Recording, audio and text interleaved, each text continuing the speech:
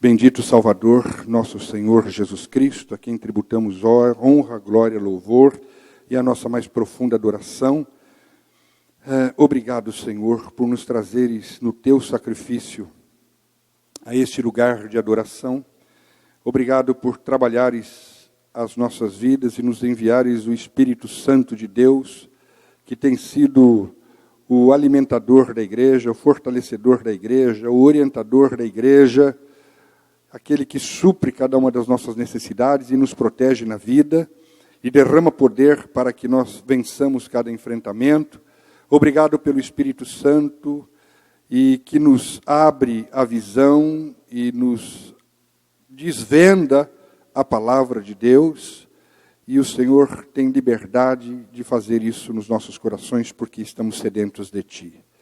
Tudo que queremos como igreja é nos adequarmos aos Teus sonhos e desejos. Queremos que a Trindade se alegre e celebre nos céus pela vida da igreja, por aquilo que ela está entendendo e vivendo aqui na terra. Nós pedimos que mais uma vez o Senhor, pela sua operosidade, nos trabalhe, especialmente usando a pequenez do Teu servo na ministração desta noite, mas que ela seja potencializada pelo Teu Espírito, falando diretamente aos nossos corações. Em nome de Jesus, amém. No mês de abril deste ano, nós iniciamos uma série de reflexões sobre a vida. Desde abril a gente vem falando sobre a vida, porque vida é saúde.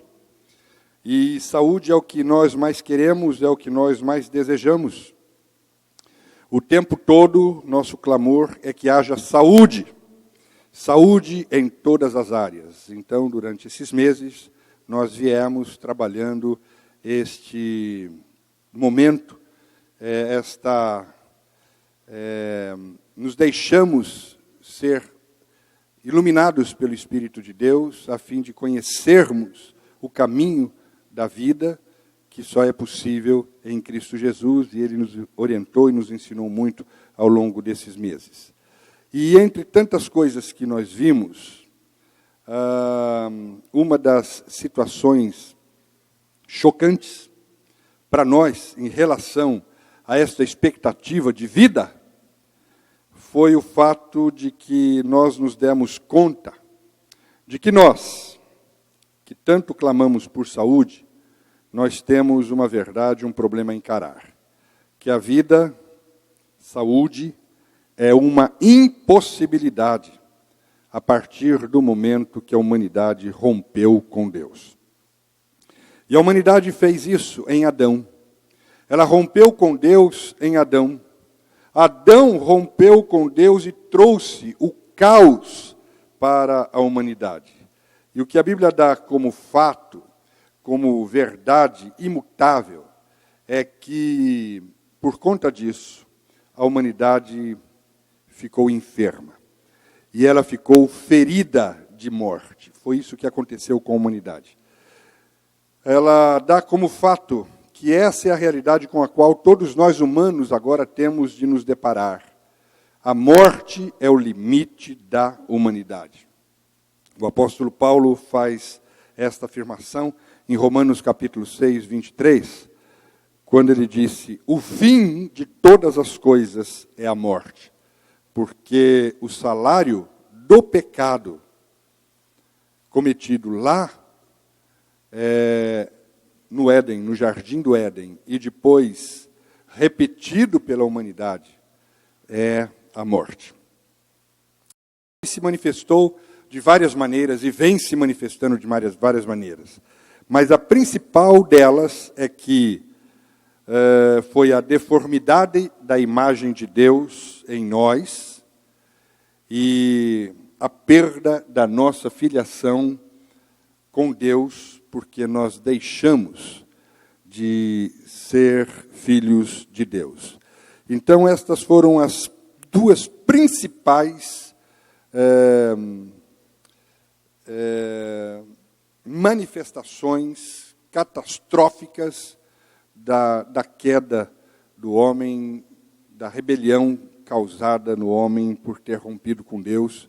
Então, essas são as dois principais resultados. A deformidade da imagem de Deus em nós e a perda da nossa filiação com Deus, porque deixamos de ser filhos de Deus. Onde mais a deformidade aconteceu foi na alma humana, na forma do ser humano pensar e na forma do ser humano sentir. O profeta Jeremias diz que o coração, apontado como o centro das nossas emoções, ele se corrompeu drasticamente. Jeremias 1,9 registra isso, dizendo sobre os nossos sentimentos. Enganoso é o coração, e mais do que tudo, mais do que todas as coisas, e desesperadamente corrupto. Então, o caos humano foi radical. E a Bíblia afirma mais. Ela afirma que todos os seres humanos que nasceram depois da queda de Adão, eles receberam um outro espírito em si, que não era mais o espírito do Pai, mas era o espírito do príncipe da potestade do ar, o espírito do próprio diabo, por mais chocante que isso possa nos parecer. E nós deixamos de ser filhos de Deus e nos tornamos imagem e semelhança da serpente. Nós nos tornamos Arumim, imagem e semelhança da serpente. Quando nós nos vestimos lá no Éden para nos proteger um do outro, na verdade nós não estávamos só nos protegendo um do outro, não. Nós estávamos reconhecendo, ainda que de forma muito incipiente, que a gente tinha perdido a identidade de filhos. E essa é uma crise que perdura no tempo. É uma crise angustiante, onde se chega ao cúmulo de o masculino não saber mais o que é ser masculino em todos os papéis que ele tem de desempenhar, e o feminino não saber mais o que é ser feminino, também nos papéis que tem de desempenhar, porque nós perdemos a nossa identidade. E a humanidade entrou numa crise. E olha, uma crise com o próprio corpo. Olha a dimensão que isso tomou. Crise com o próprio corpo. Como que uma pessoa tem crise com o seu próprio corpo? Há uma tese que diz que o corpo não mente, mas ele está mentindo. Porque o homem olha para si, ele vê o seu corpo, ele vê o seu pênis, mas ele diz, eu sou mulher. E vice-versa. Então, este é fruto do mal, da queda, da nossa deformidade, da nossa perda absoluta de identidade. Nós padecemos do mesmo mal que nós mesmos trouxemos para o universo. Mesmo aqueles que não têm crise com o corpo, ainda assim, o apóstolo Paulo diz que andam segundo as inclinações da sua carne, que vivem por pensamentos e sentimentos enganosos e corrompidos, se comportam fazendo apenas aquilo que querem, que é a sua própria vontade, o que os tornou, por natureza, filhos da ira, portanto, Arumim, imagem e semelhança da serpente. Então, a escolha maldita do homem de viver independente de Deus plantou esse caos no universo, de dimensões absurdas, mas nós estamos citando algumas principais.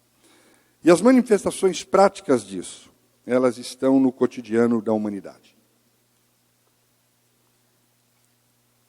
Nós vivemos em angústia nos nossos relacionamentos.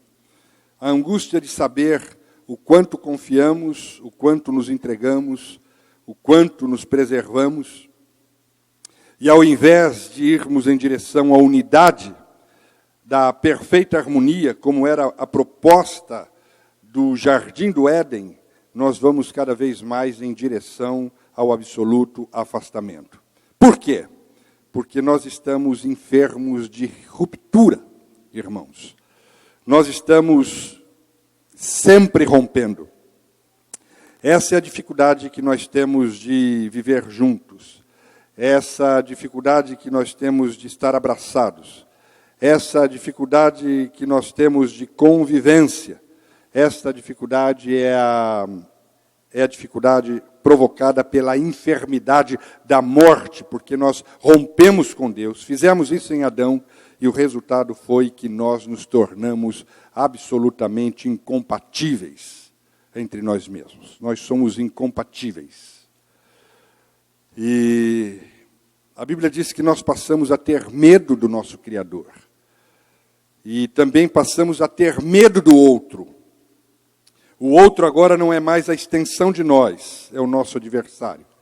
E eu fico olhando para essa visão que a Bíblia dá da história da humanidade, e eu fico pensando, isso é um milagre nós termos construído famílias. É um milagre a gente viver em comunidade num mundo de adversários. É um milagre.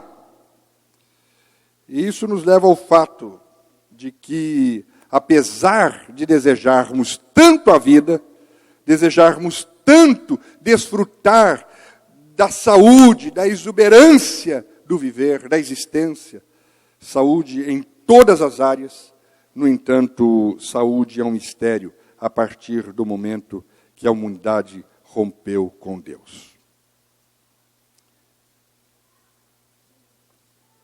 Mas há uma grande notícia para a humanidade. Uma grande notícia que nos atinge a todos. A grande notícia é que Jesus entrou na história e Ele o fez trazendo uma missão. Jesus entrou na história da humanidade com uma missão, que foi reconciliar a criação com a Trindade e restabelecer o reino de Deus, o governo de Deus.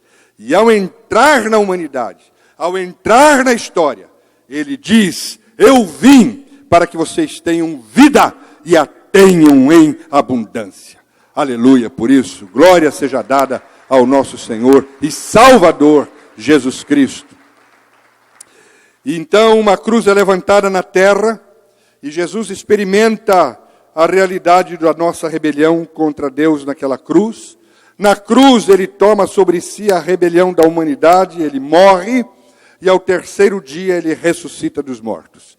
E a partir daí, Jesus está recuperando a nossa condição perdida de filhos e de humanidade constituída à imagem e semelhança de Deus, e tudo que era para ser vivenciado pela humanidade no jardim do Éden, e a partir do Éden, na cruz, Jesus recuperou. Aleluia.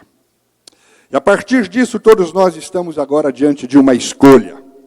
Foi o nosso assunto com base em Deuteronômio, capítulo 30, versos 15 a 19, onde Deus faz ao seu povo uma proposta, dizendo: vê que proponho hoje a vida e o bem, a morte e o mal, escolhe, pois, a vida para que vivas. E ao escolher a vida e o bem, amando o Senhor, dando ouvidos à sua voz e apegando-se a Ele, nós então somos recebidos de volta aos seus braços, nós somos refiliados e feitos outra vez família de Deus. É a nossa experiência, é o que nós estamos vivendo hoje, especialmente reunidos aqui na família de Deus. Quem é a igreja? Quem é a igreja? A igreja somos nós, a família de Deus. Aqueles que voltaram da grande rebelião. Eu e você, nós, a igreja, onde quer que ela se encontre, acordada pelo Espírito Santo, que volta de joelho dizendo: Pai, nós não concordamos com o que foi feito em Adão. Nós reconhecemos que a única razão da existência é o teu amor. Então eu me arrependo, Senhor. Eu me arrependo de ser autorreferente. Eu me arrependo de viver independente de Deus. Eu me arrependo de querer que tudo aconteça do meu jeito. E não há outra razão para viver senão para estar contigo, para obedecer-lhe, para fazer a tua vontade. Não há outra razão para viver senão para glorificar-te, para experimentar da tua vida, da tua graça, da tua bondade. Nós somos aqueles que devolveram a Deus a prerrogativa de decidir sobre os rumos da nossa existência. Igreja, são estes que fazem esta decisão, esta escolha e caminham neste movimento. E hoje o que sustenta a nossa relação com Deus não é a santidade de Deus, porque ela nos consumiria, mas somos sustentados no sacrifício do Filho. Somos sustentados no sacrifício do Cordeiro Santo. E, por assim ser, a igreja não pode repetir o modelo de existência do mundo, uma vez que ela abandonou a rebelião em que o mundo vive. Isso não faz de nós pessoas melhores. Isso faz de nós pessoas responsáveis. E é por isso que, encerrando essa nossa série de estudos sobre a vida, embora enquanto vivermos falaremos da vida, de como a vida pode ser vivida intensamente, o estudo propriamente dito a gente está finalizando aqui, mas na verdade esse é um tema que jamais sairá dos nossos lábios e das nossas vistas e da nossa reflexão. Contudo, eu quero levá-los ao texto com o qual nós iniciamos a nossa reflexão sobre a vida, lá em abril, e eu queria convidá-los novamente a voltar para lá, em Mateus, capítulo 25, versos 35 ao 36.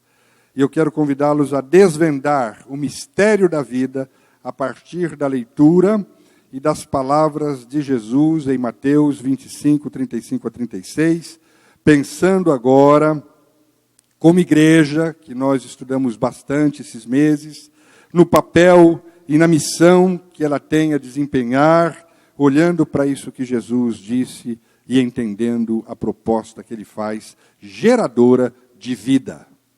Porque agora vamos ler outra vez o texto, depois de 6 ou 7 meses, e vamos entender, de fato, o que é que Jesus estava propondo para que nós pudéssemos desfrutar da vida e vida abundante. E Jesus disse assim: porque tive fome e me destes de comer.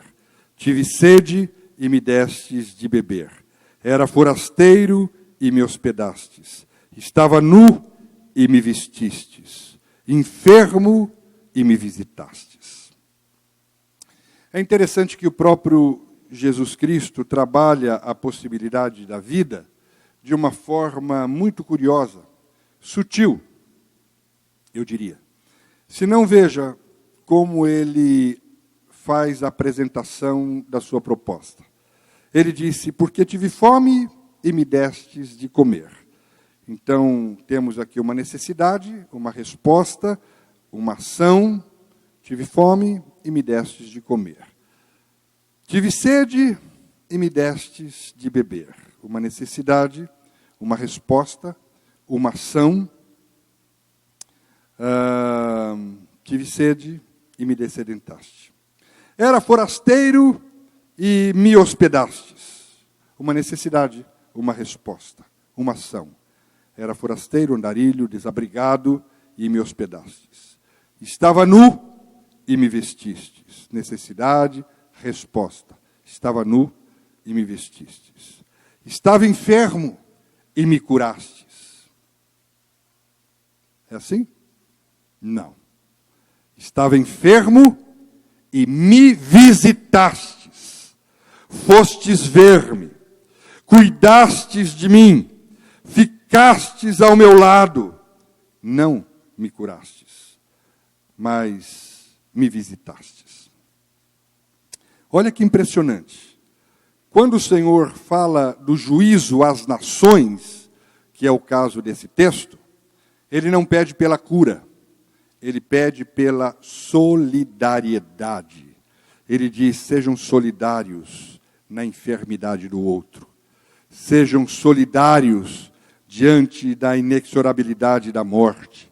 Onde quer que a enfermidade esteja se manifestando, seja no corpo, seja na alma, seja no espírito do outro, seja solidário. Então, nesta noite eu quero caminhar com os irmãos, descobrindo o segredo da solidariedade numa dimensão que poucas vezes nós olhamos para ela.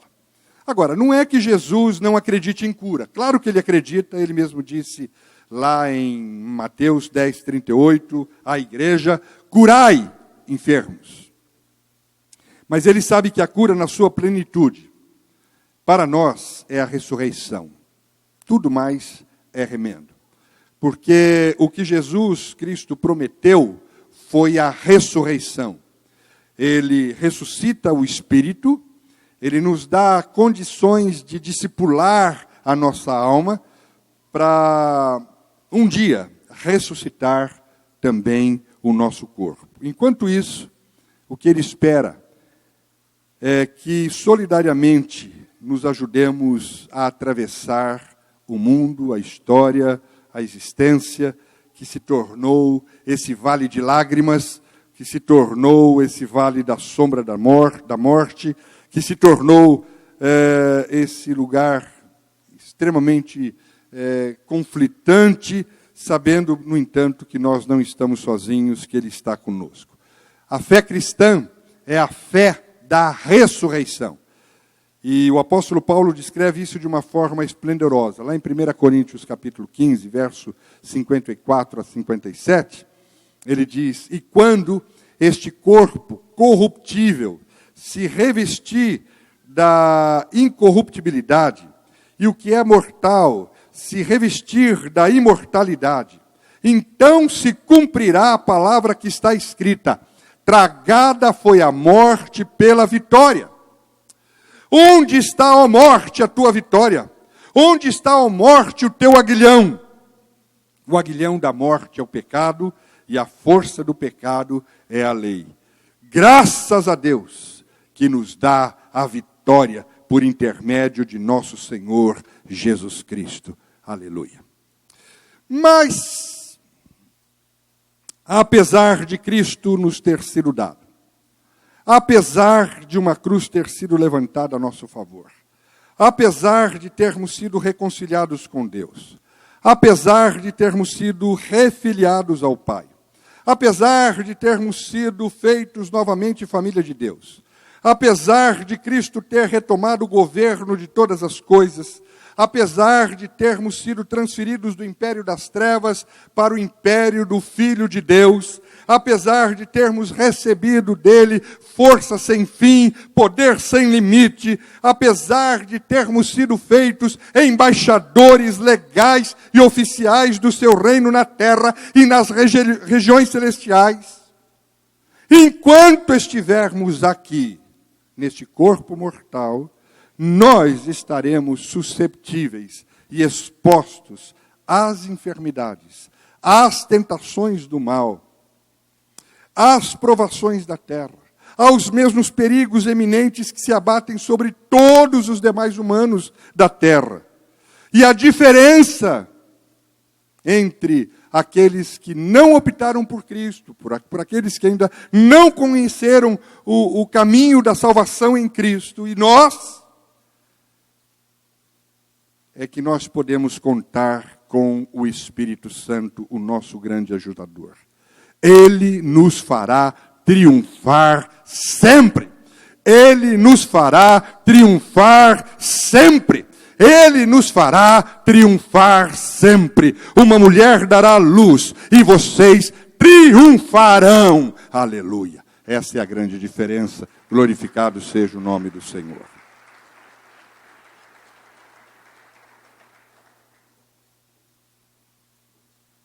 Até lá, o Senhor espera de nós a solidariedade diante da enfermidade e da morte.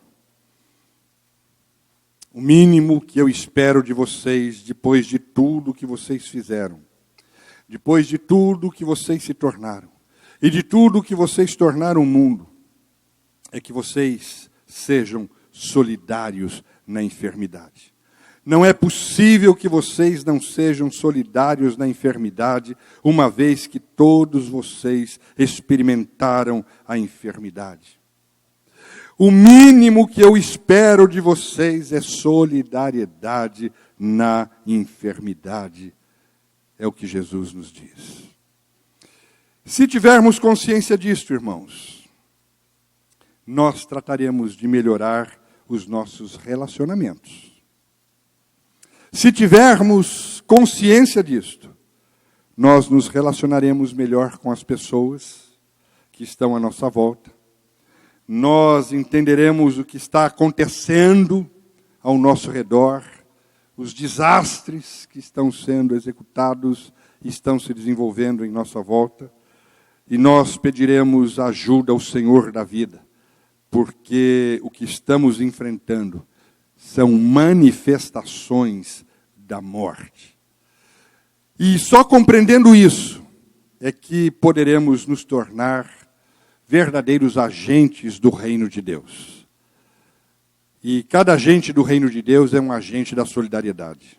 Caso contrário, nós seremos mais um punhado de enfermos caminhando a passos largos para a morte eterna, ainda que estejamos num espaço chamado igreja. Há uma nova realidade para quem escolheu Jesus. Há uma nova realidade. Então, é hora da solidariedade. É hora do abraço. É hora de se deixar abraçar por Deus. Vocês precisam compreender o limite que está sempre diante de vocês e serem solidários. É o que Jesus espera da igreja. Você, igreja, é a única chance de as pessoas terem acesso ao tratamento. Você, igreja, é a única chance das pessoas terem acesso a serem cuidadas. Você, igreja, é a única chance das pessoas poderem descansar.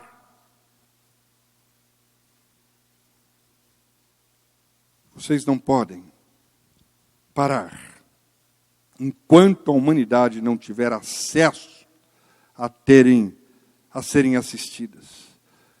Vocês precisam ser solidários, a começar da sua casa. Estava enfermo e fostes e me visitastes. É o que Jesus nos diz. Ah, se nós soubéssemos disso, queridos, de fato nós conviveríamos muito melhor.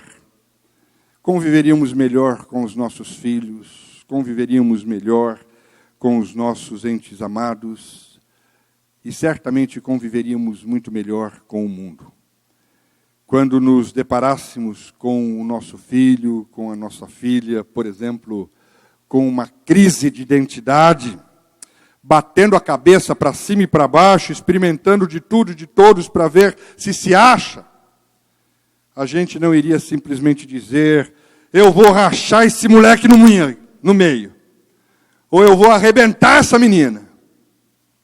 Ao invés disso, a gente chamaria o garoto, chamaria a menina e diria: filho, eu sei o que está acontecendo com você. É a enfermidade humana que está se manifestando. E eu quero estar ao seu lado. Eu sei o que está acontecendo. Eu sei porque é a nossa enfermidade, a enfermidade de todos nós. Mas eu também sei do Cristo. Eu também sei da vida que Ele trouxe para nós. Eu também sei que Ele carrega no seu coração a identidade de cada um de nós. Eu também sei que Ele tem para nós libertação e cura. O problema é que a gente confunde solidariedade com frouxidão. A gente confunde solidariedade com vista grossa. A gente confunde solidariedade com conivência.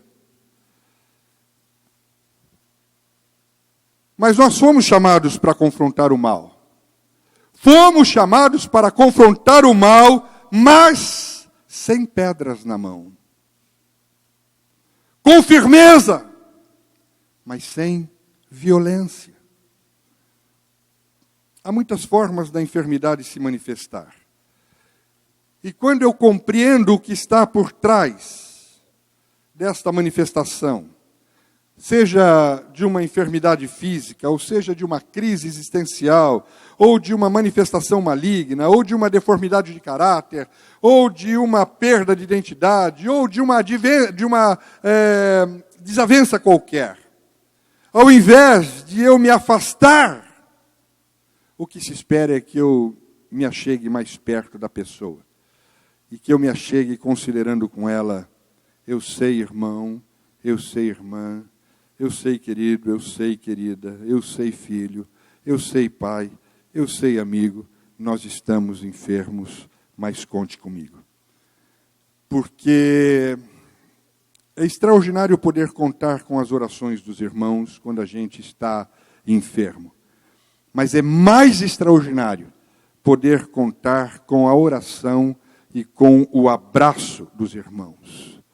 Com a oração e com a presença dos irmãos. Com a oração e com o apoio, com a destra forte dos irmãos. Porque quando eu estou enfrentando a minha enfermidade, seja ela de que forma se manifeste, eu estou no meu limite. E desta vez eu preciso desesperadamente do abraço. Quantas pessoas estão ao seu lado e você não consegue mais conviver com elas por causa da enfermidade delas, por causa da deformidade delas. Mas a enfermidade delas, a deformidade delas é a enfermidade e a deformidade de todos nós. E quantos estão se sentindo completamente abandonados, vivendo o pior momento da sua enfermidade, porque a igreja não consegue entender que a enfermidade da humanidade é a enfermidade de todos nós. Às vezes as pessoas estão esperando, pedindo apenas que você pare e desligue o seu celular ou a sua TV e ouça, e ouça. Porque ela não consegue mais conversar com você. Porque você só prioriza aquilo que é interessante para você. E aí a pessoa sabe tudo sabe que você é tudo menos solidário. A proposta do reino de Deus é muito mais do que simplesmente orar pelos doentes. É muito mais. Às vezes as pessoas me perguntam, você ora por cura, pastor? Claro que eu oro por cura. Eu peço pela vida, eu peço pela cura dos doentes, porque o que eu vi em Jesus Cristo foi Ele lutando pela vida. Porque Jesus Cristo veio para ser a nossa cura. Não quer dizer que todos serão curados sempre que oramos, ou que orarmos, porque isso é um milagre de Deus. Mas a gente ora, e pede, e pode sempre ser solidário na enfermidade. Mas sabe qual que é a beleza da solidariedade, irmãos? É que quando a gente vai em direção ao outro, com o espírito solidário do Espírito Santo de Deus, quando a gente vai para o abraço além da prece, quando a gente vai para o aconchego além do clamor, pode acontecer, e não poucas vezes acontece, da própria Trindade invadir esse momento e a solidariedade carregar em si um milagre. O milagre da vida, o milagre da cura, o milagre da libertação, o milagre da vida sobrepondo-se à morte. E se você observar os milagres de Cristo, eles sempre foram precedidos de solidariedade. E eu quero encerrar nesta noite com um quadro disso. Olhando para a cura de um leproso. Lucas capítulo 5, verso 12 e 13, nos contam esta história.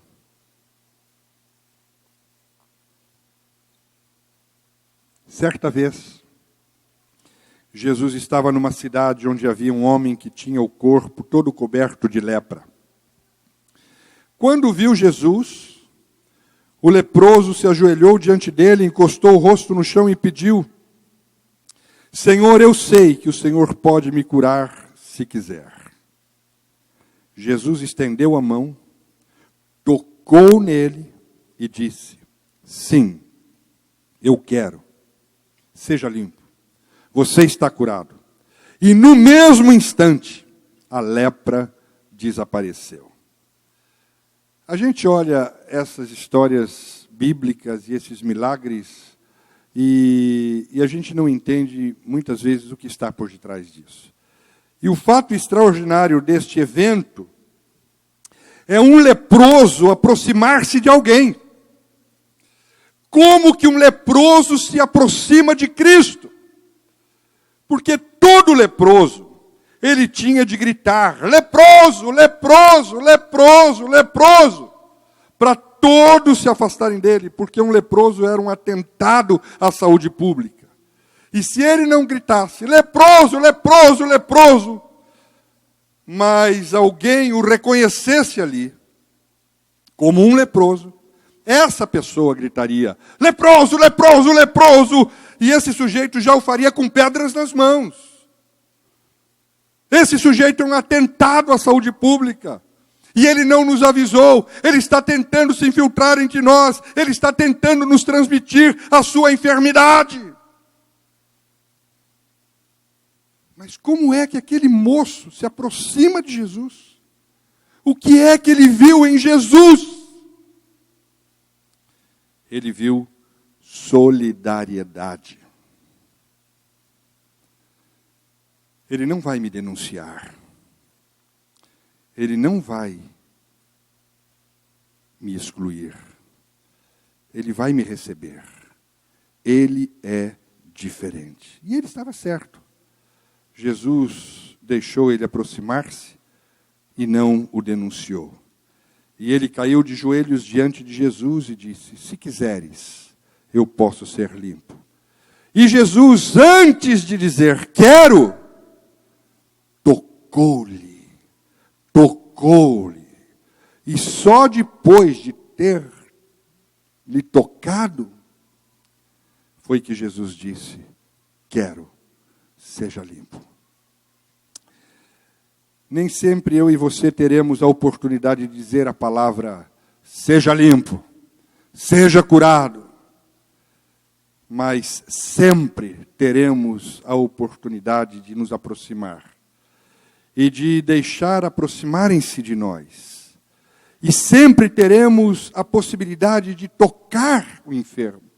E sempre teremos a possibilidade de tocar o imundo.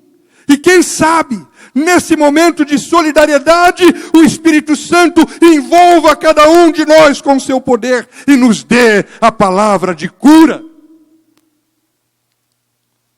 Porque o que precede o milagre é a solidariedade. Eu não sei o que o Espírito Santo falou com você nesta noite. Eu quero crer que o Espírito Santo tenha dito a você o que ele disse para mim. Você precisa ser solidário. A igreja precisa ser solidária. Você é a igreja e você precisa ser solidário com um sem número de pessoas que cruzam seu caminho. Com os que estão à sua volta e estão enfermos, estão precisando de alguém que pare para ouvi-los, que pare para tocá-los, que pare para abraçá-los. Esse alguém é você. Esse alguém sou eu. Ah, como isso mudaria a nossa vida, irmãos. O dia que tivermos esse nível de sensibilidade, de que todos estamos enfermos e precisamos de todos, uns dos outros, que o Senhor Jesus Cristo espera de nós é a solidariedade, é essa disposição do abraço, do aconchego, da proximidade, do recebimento. Isso mudaria a vida da igreja. Isso mudaria a imagem da igreja. Como Cristo espera por isso. Como Cristo espera por isso. Porque a igreja é a esperança do planeta. A única que vai à presença do Rei, do Senhor, soberano do universo. A única que vai à presença do Senhor da cura.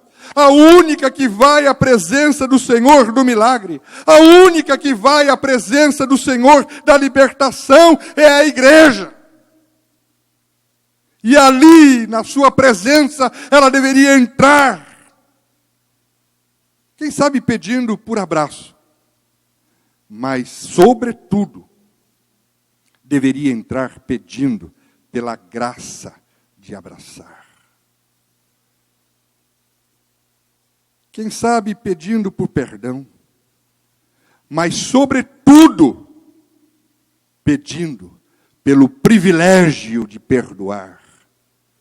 Quem sabe pedindo alegria, mas, sobretudo, pedindo pela força de fazer outros felizes, pedindo por um aconchego, mas acima de tudo, pedindo pela graça de aconchegar.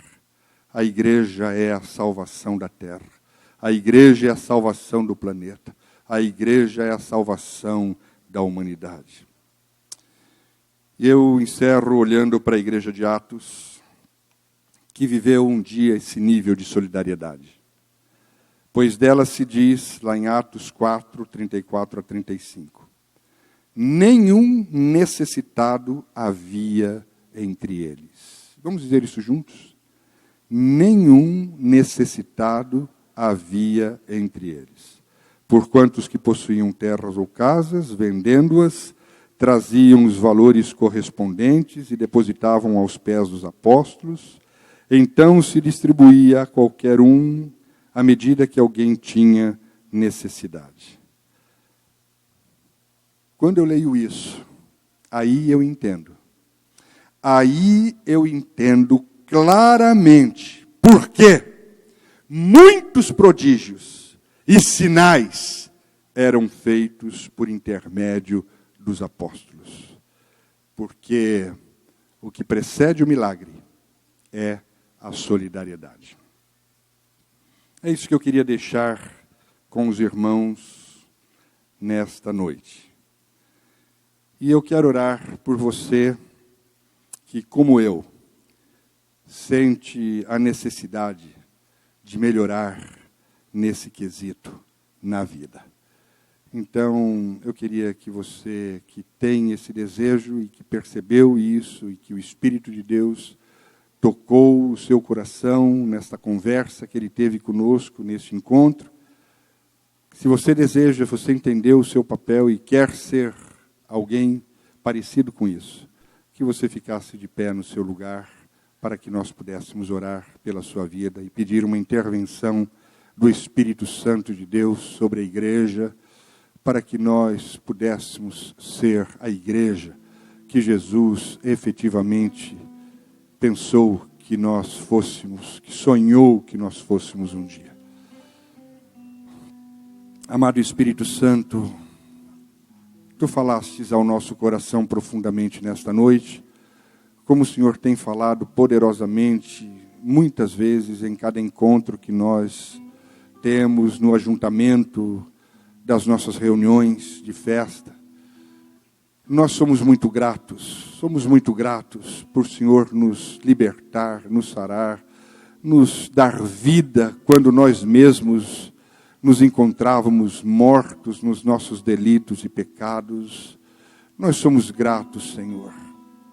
E nós somos aqueles que têm a consciência, porque nós vemos e temos o discernimento, que o mundo está enfermo, que o planeta está enfermo, as nossas relações estão tomadas de enfermidade. Ó Pai, e nós não podemos mais olhar para essas situações desastrosas da humanidade, de perversidade, de corrupção, de deformidades, de doenças manifestadas terríveis no físico das pessoas, na alma das pessoas, no espírito, na perda de identidade das pessoas, sem que nós não nos incomodemos com isto. Então, nossa oração juntos neste lugar, movidos pelo Teu Espírito, mais uma vez é que a Tua misericórdia caia sobre nossas vidas. E nosso pedido é que Tu tenhas piedade de nós, para que nós não nos tornemos pessoas apáticas a Ti, diante do que o Senhor tem feito por nós, diante da Tua palavra, diante das Tuas promessas gloriosas, desprezando-as.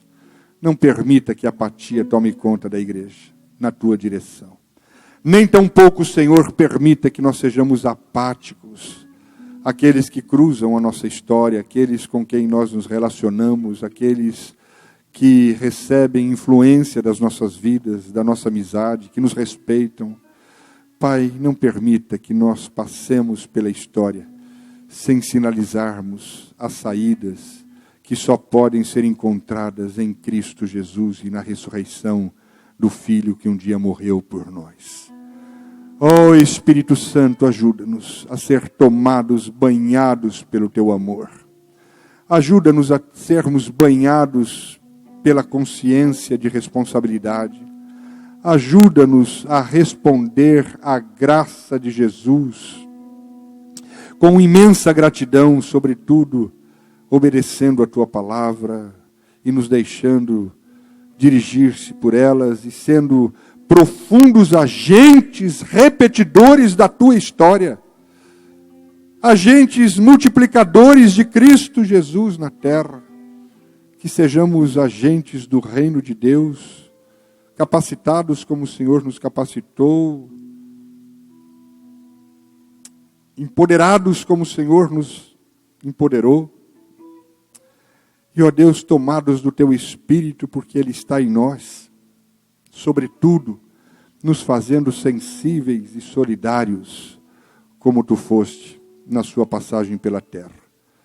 Ó Pai, que tudo isso comece nas nossas relações mais íntimas, lá em casa, como pai, como esposa, como marido, como filhos, como empregados, como patrões, como negociantes, como amigos, como companheiros de história, como colegas de serviço. Ajuda-nos em todas as expressões da nossa caminhada e dos nossos relacionamentos, agirmos com esta generosidade, com este amor, sensíveis e quebrantados pelo Teu Espírito, e sermos, ó Pai, os agentes da Tua parte, a alcançar os enfermos e aqueles que estão decretados à morte por causa do pecado de Adão que nos tomou a todos nós. A enfermidade de todos é a enfermidade nossa, mas graças a Deus que em Cristo Jesus somos triunfantes. Não permita, no entanto, que esse triunfo que repousa sobre nós e que nos garante a vitória seja algo que nós tragamos para nós mesmos num ato egoísta.